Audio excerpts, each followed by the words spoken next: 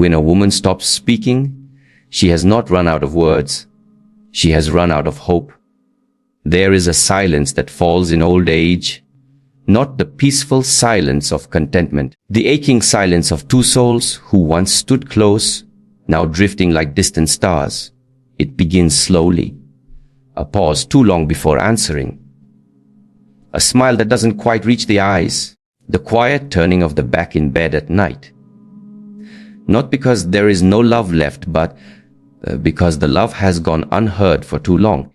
By the time many women reach 70, they do not hate their husbands out of bitterness. No, they mourn them even while those men still live. They mourn the connection they begged for and never received. Mourn the space they held year after year that was never honored. And most tragically, they mourn the version of themselves they buried to keep the peace. What follows are not complaints, are not wound-seeking blame. These are principles, ancient spiritual truths, for any man who wishes to understand the deep soul of a woman before it is too late. Let us begin. There is a great misunderstanding among men, passed down through generations like an heirloom. The belief that the measure of love is provision, that if the roof stands firm, the table is filled, and the bills are paid, the heart of a woman should be content. But a woman's soul does not thrive in shelter alone. She does not come alive under a ceiling, but under connection. A woman blossoms not in the security of bricks and food, but in the warmth of presence, in the delicate, sacred act of being with, not just being near. Most men of older generations did not know how to be emotionally present, not because they were cruel, but because they were never taught. They were taught to work hard, to protect, to build, to endure. Things are noble. They are necessary, but they are not enough. A man may break his back to feed the family, never missing a day of work. He may build a house with his own hands, sacrifice his dreams to raise the children, and never once betray his vows. And yet still find that, by the time both heads are gray, the woman he loved is distant, cold, or deeply sad. Why? Because while he was building a life, he forgot to build a connection. Presence is not about being in the same room. It is about being attuned. The act of pausing long enough to look into her eyes when she speaks. It is the willingness to sit in silence with her, not filling it with distractions, but allowing the moment to breathe. It is asking, not out of duty, but out of curiosity. How are you, really? So many women after 70 are not bitter. They are starved, not of comfort or care, but of attention. Kind of attention that sees them not as a wife, not as a cook or caretaker, but as a soul, evolving, feeling, becoming. You see, when a woman is young, she may forgive the absence of presence, believing it is temporary, that the busy seasons will end and one day you'll finally come back to her. But when decades pass and the conversations remain shallow and the evenings are filled with silence or screens, a deep sorrow sets in. And that sorrow over time becomes distance. By 70, a woman who was once vibrant and expressive may grow quiet. Not because she has nothing to say, but because she has grown tired of not being heard. Her body may sit beside you, but her spirit has retreated to quieter places. Gardens, books, prayer, anywhere she feels truly met. Provision says, I gave you everything. Presence asks, what are you still longing for? Provision builds a house. Presence builds a home. It is in presence where intimacy is born. Not just the intimacy of touch, but of trust, of shared emotion, of mutual reverence. It is presence that tells a woman, you are not a task. You are not part of my routine. You are a mystery I still long to know. What most men fail to understand is this: the older a woman gets, the more she sheds the roles society placed upon her. Mother, helper, homemaker. And the more she desires to be seen simply as a being, to be cherished not for what she does, but for who she is. Presence is not expensive. It costs no money. It requires no grand gestures. The sacred pause in the midst of routine. The moment you reach across the table, touch her hand, and say with your eyes, I see you. I remember who you are. I want to know you. This is what most men miss. And when they finally try to reach her, after years of emotional absence, they find a woman who no longer responds.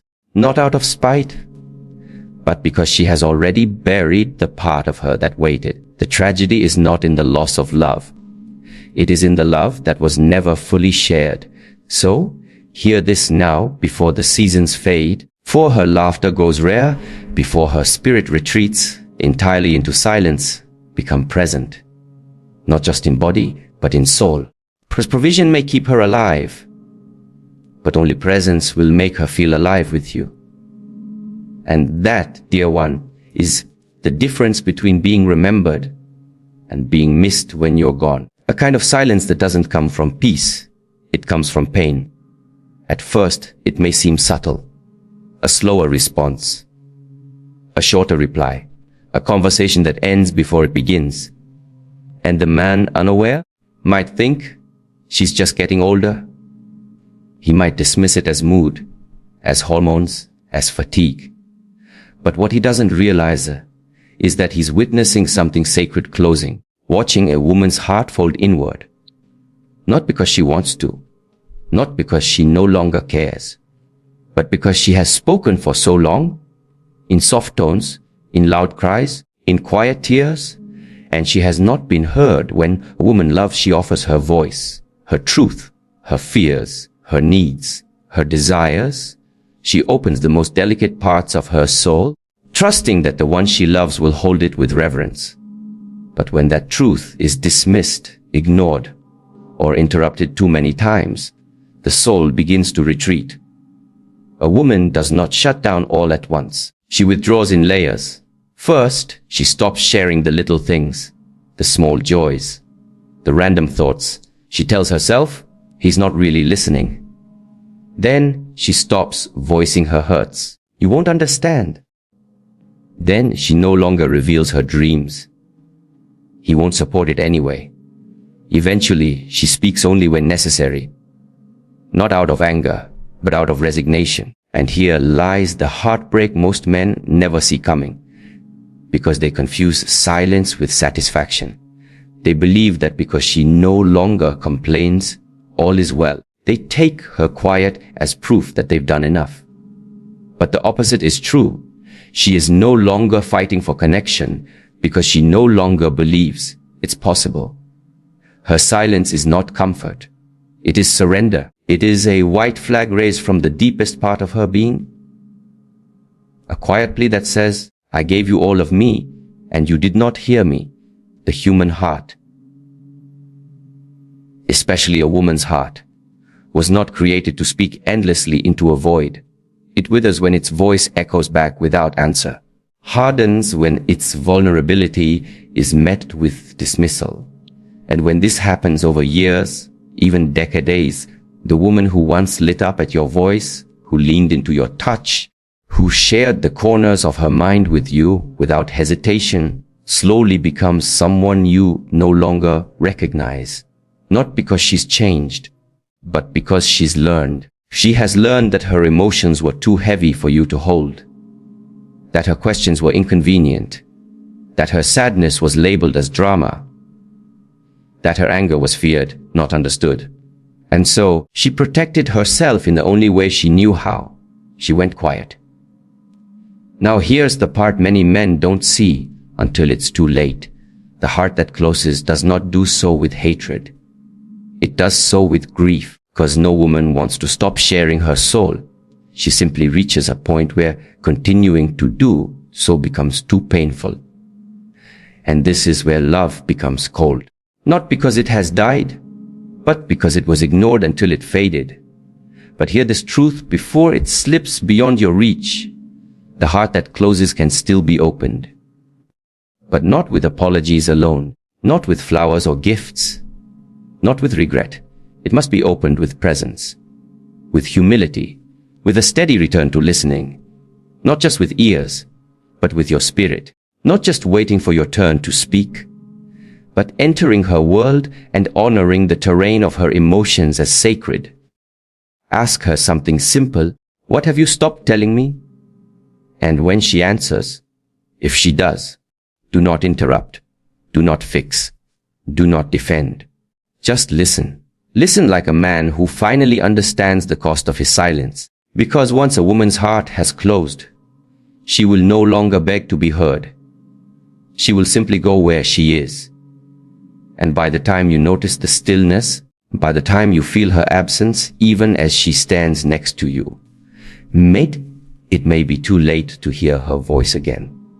So let this be the moment you remember a woman does not need you to always understand her. She needs you to care enough to try. And that, above all else, is what keeps the heart open. There is a kind of labor that leaves no bruises, breaks no bones, and yet it exhausts the soul. Not the lifting of heavy objects, nor the long hours in sun or factory. It is not work that can be measured in sweat or wages, but it is work, and it is sacred. It is emotional labor. It is the unseen, unspoken effort a woman gives each day, not just to keep a household running, but to keep a family feeling, to keep the invisible threads of connection from unraveling, to sense, soothe, comfort, and carry. And for most women, especially those now in their 70s, it has been a lifetime of this work. Quietly, gently, without recognition. She remembered when you forgot. She softened her tone when yours grew harsh.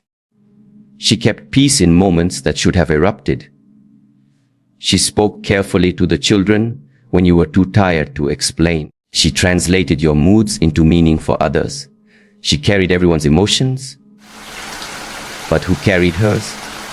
You see, while men were trained to work in the world, to fix, to fight, to provide, women were trained to tend the emotional heart. And while your muscles tired from lifting and laboring, her heart grew weary from carrying what no one else could see. Not just that she cooked the meals, it's that she asked, what does everyone like? It is not just that she cleaned the house. It's that she noticed how the mess affected your mood. Not just that she raised the children. It's that she held space for their fears, dried tears at 2 a.m., and bridged the chasms between silence and understanding. Still, she did it all while managing you.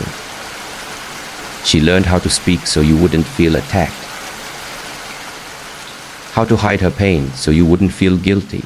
How to hold back her truth because you weren't on the mood. How to cheer you up while carrying storms of her own. This is labor. But because it leaves no scars, many men fail to see it. By 70, a woman is tired, not just in body, but in spirit.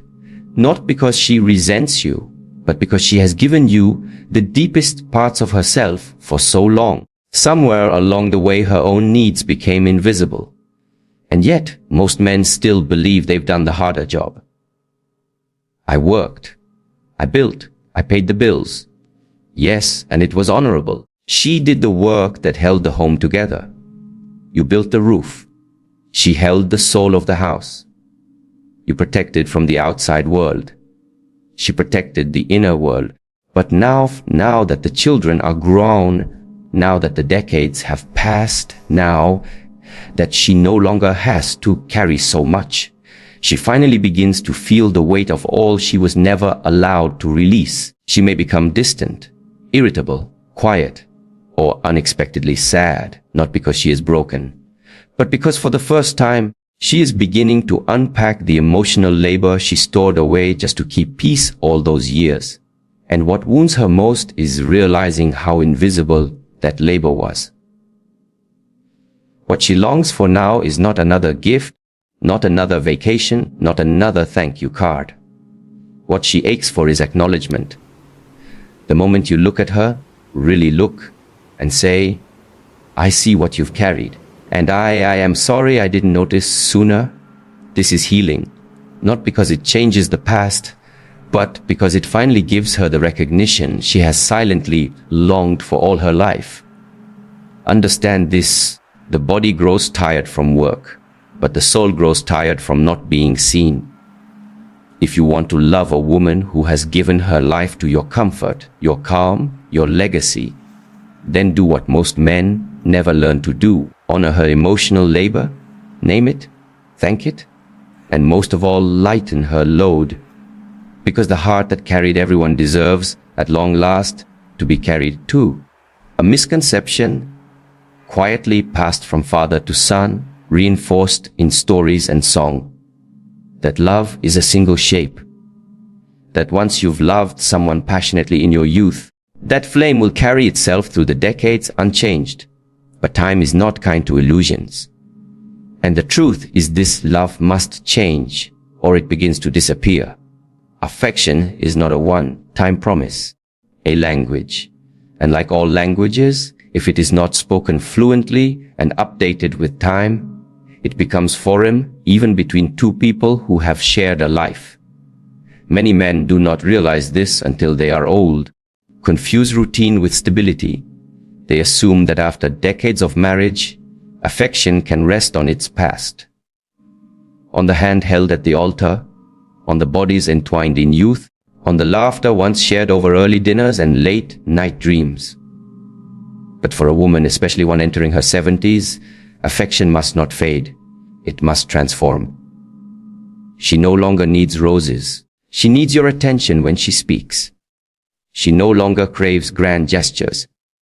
She craves small consistencies: the tea poured without asking, the warm hand reached for in silence, the pause when she enters a room that still says, "You matter to me." You see, the mistake many men make is believing affection is synonymous with desire. That if desire fades, affection is no longer needed. Affection is not lust. It is reverence. It is the gentle reminder every single day that the one you share your life with is still seen, still cherished, still wanted, not as a possession, but as a presence. By 70, a woman's body may have changed. She may carry softness where once there was firmness. Her skin may bear the marks of time, childbirth, grief, resilience, years of tending others. But her need to be loved gently, attentively, without agenda, is more alive than ever. When a man stops touching his wife with intention, when the gaze no longer lingers, when the compliments stop flowing, when his voice becomes mechanical and void of tenderness, the woman does not become angry at first. She becomes confused.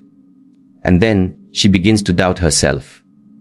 Not because she has lost beauty, because no one is reflecting it back to her. What many men don't realize is that affection is not optional. It is a lifeline to a woman's inner world, especially as she ages, because in a society that worships youth, older women are often made to feel invisible. Their value, once tied to their appearance or fertility, is stripped away by a culture obsessed with freshness. But in a sacred partnership, she longs for something different, to be seen through different eyes. Eyes that do not just see her face, but her journey. Eyes that recognize her strength, her laughter lines, her sacrifices. Eyes that say, "You are not who you were at 20, you are more. And I love who you are becoming." This is the evolved affection she longs for, not performance, not obligation. Presence wrapped in tenderness. The tragedy is that many women reach a point in their later years where they stop expecting affection, not because they don't want it, but because they've grown used to living without it. The hugs grow robotic. The kisses become routine. The touch becomes rare or entirely absent. And the heart, unwatered, quietly shrinks back. But it doesn't have to. A woman's heart never outgrows its need to be loved. And a wise man, one who pays attention, one who learns to love in new ways, can awaken parts of her soul that even youth never reached. A hand on the back as she walks past, a whispered word before sleep, a smile from across the room, a compliment not on her appearance, but on her essence. These are not luxuries, they are necessities. Because in the absence of affection, a woman does not feel safe. She does not feel beautiful. Worst of all, she does not feel known. So, let your affection mature. Let it grow gentler, deeper, freer from ego. Let it say in every moment, you are still worth loving, not because of how you look, because of who you are. That is the language she understands, and if you speak it with sincerity, you may find that love in old age is not a fading ember, but a sacred fire. One that warms the soul long after youth is gone. Growth is the natural law of the soul. We are not here to remain the same. We are born to evolve, not only in body, but in mind, in heart, in spirit. Yet somewhere along the way, many couples stop growing together. It begins innocently enough. Life becomes busy. Work takes priority.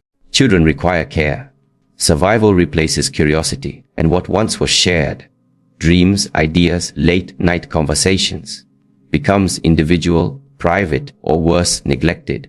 And for many women, especially as they move into their later decades, 60s, 70s, and beyond, this inner growth begins to intensify. Her body may slow, but her soul awakens. She begins to reflect, question, soften, seek. She reads more, prays deeper, feels drawn to silence. She starts letting go of what no longer serves her.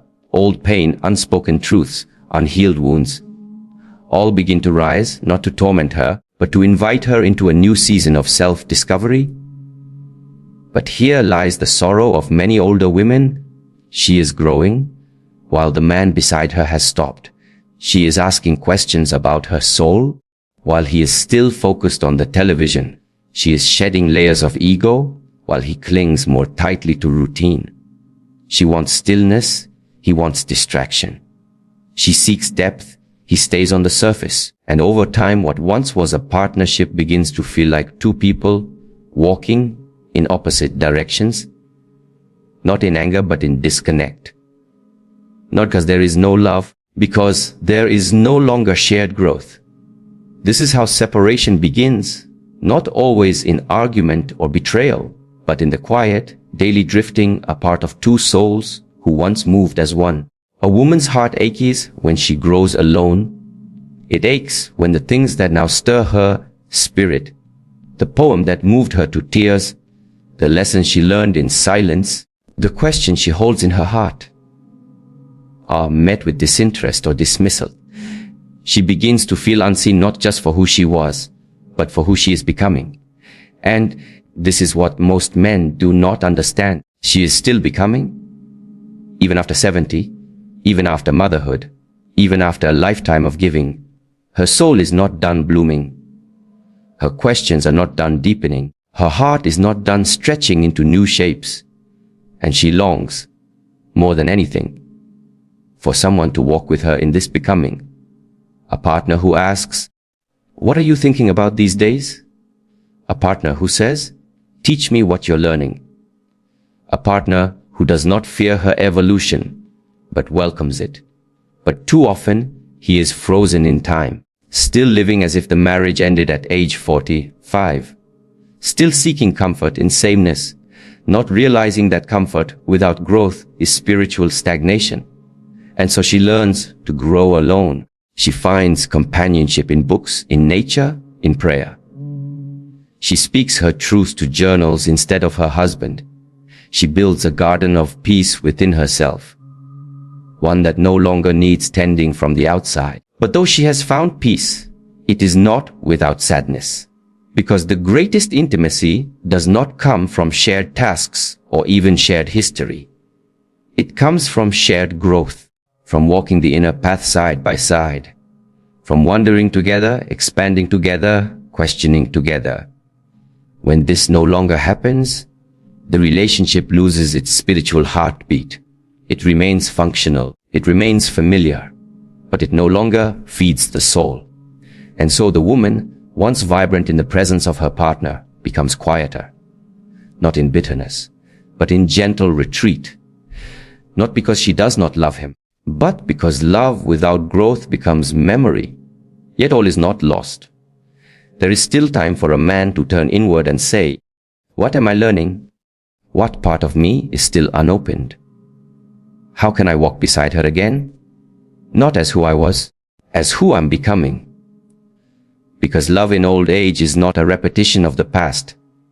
It is a discovery of the present, a sacred opportunity to meet each other anew. But only if both are willing to grow. So ask her today, "Who are you now?" And let her ask you the same. This is where true companionship is reborn, not in comfort, but in shared evolution, not in avoiding change, in walking into the unknown together.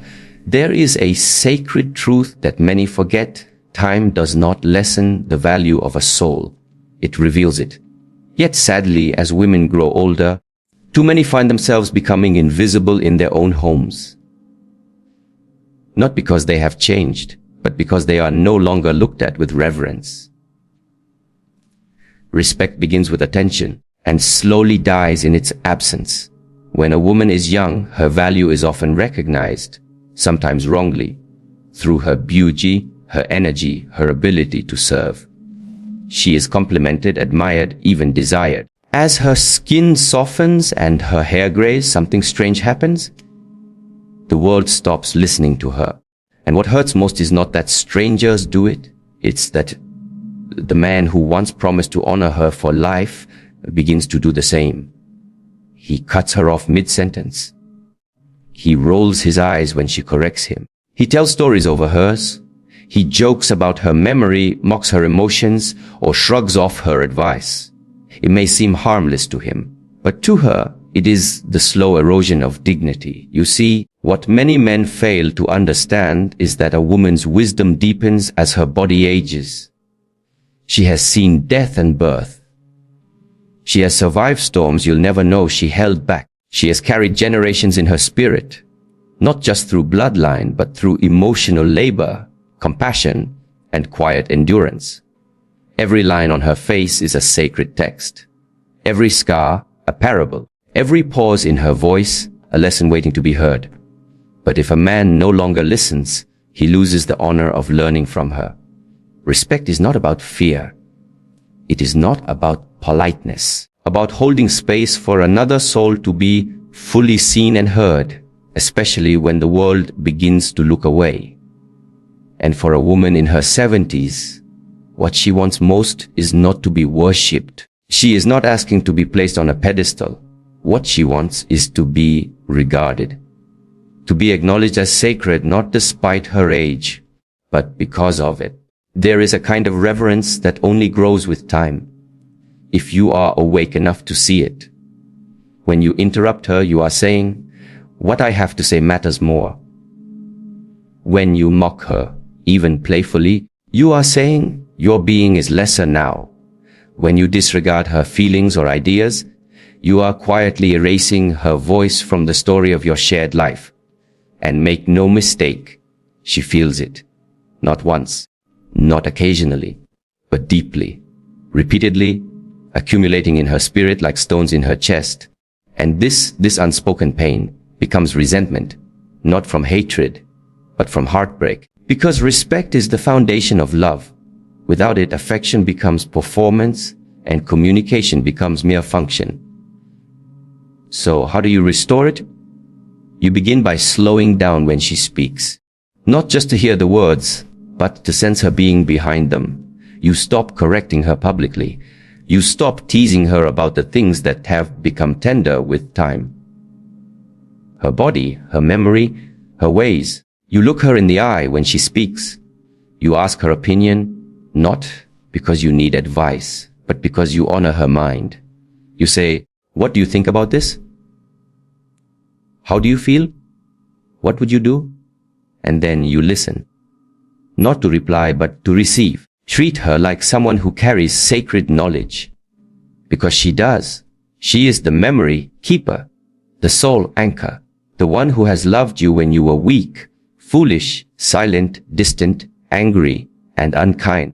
And still, she stayed. And now, in this final season of your life together, she is not asking for flowers or applause. She is asking for respect that is deeper than duty. respect that is born from understanding who she has become. You cannot go back and undo the moments where you failed to honor her. You can begin today with one gentle gaze, one undivided conversation. Sorry, I didn't see you more clearly. Because love may begin in passion, but it is sustained through reverence. And if you treat her like the sacred being she is, you may find she begins to open again, not because you deserve it, but because she remembers who you were when you remembered who she was. There comes a time in every long life when love no longer needs to be proved through grand gestures or dramatic declarations. It simply needs to be thanked.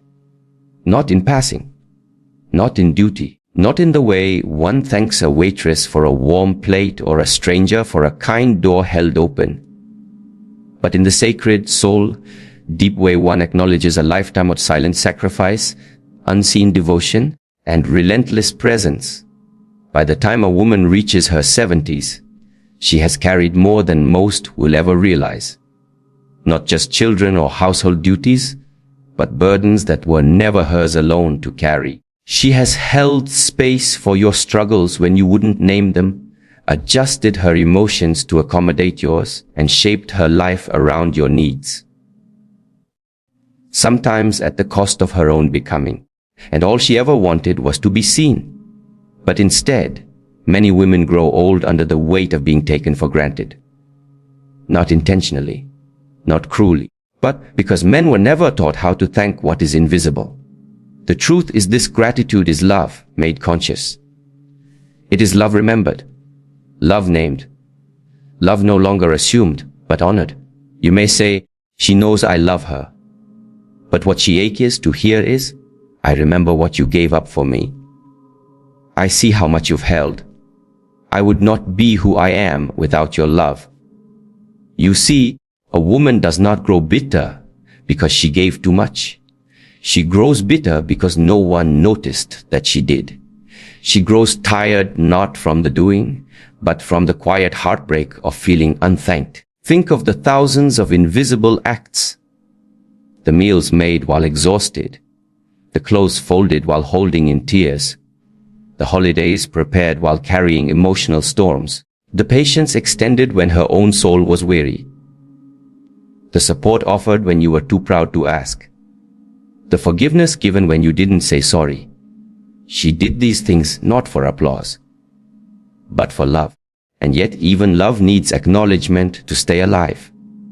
Men often measure their worth by what they build outside the home: careers, finances, status.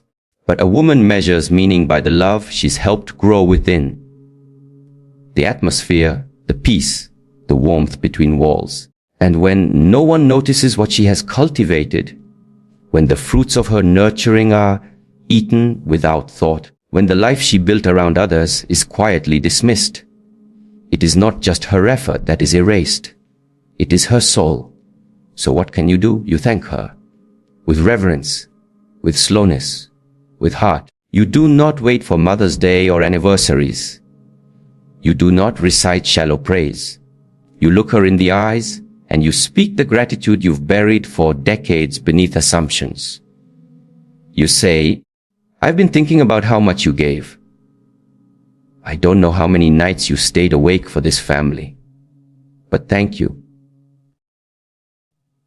I didn't always make it easy for you, still you stayed.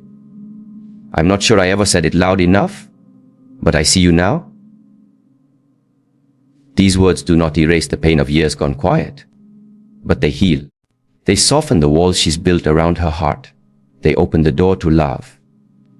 Not youthful love, but something deeper, a love anchored in remembrance. Because in the end, what most women want is not to be worshipped, but to be recognized, to be known not just as the wife, the mother, the helper, but as the center of gravity that held it all together, quietly, faithfully, and without applause. Gratitude is the final gift, and often it is the only one that matters in the end. If you can give it freely, humbly, truthfully, you will not only awaken her heart, you will redeem your own. Because there is no greater regret than realizing, too late, you were loved more deeply than you ever acknowledged and never said, thank you. You were everything. Say it now, before the silence becomes final, before the eyes close for the last time, before the hands that once served you can no longer reach back. Gratitude is not a word. It is a sacred act. And it is never, ever too late to kneel in reverence before the woman who never stopped loving you. So now, you have heard what most men never pause long enough to hear. Not blame, not complaint, but truth, ancient, tender, and quietly aching to be known. You see, most older women don't hate their husbands. They mourn them. They mourn the connection that slowly vanished while the bills were paid, the meals were eaten, and the television played on in the background of a life not fully lived together. Mourn the listening that never came, the affection that faded without a word, the conversations that stayed shallow when their souls were longing for depth. Mourn the burden of carrying everyone's emotions while no one asked, how are you really? And yes, in time, the heart hardens, not from rage, but from hunger. The hunger to be cherished, to be touched with reverence, to be thanked not for what she did, but for who she always was behind all she gave. And now that you know, what will you do? Will you return to her not with excuses, with humility, not with guilt, but with presence? Will you slow down enough to really see her again? Because love in old age is not built on history. It is built on attention. Remembering that behind the quiet woman who folds the laundry, who cooks your meals, who moves more slowly now, is a soul that once burned bright, still does. If someone would only look long enough to notice the light, it is not too late. Not if you can sit beside her and say, I've been blind, but I'm willing to see now. I've been distant, but I want to come home, not to a house, but to you. You've carried me, and now I will hold you. In presence, in growth, in gratitude, in respect. Because when a man wakes up late in life and chooses to love his woman, not as she was, but as she is now, he becomes the kind of man she prayed he would be, not in her youth, but in her becoming. And when that happens, something ancient and beautiful returns, the heart opens, the silence softens, and two old souls, worn but not broken, remember what they were always meant to be, but finally present.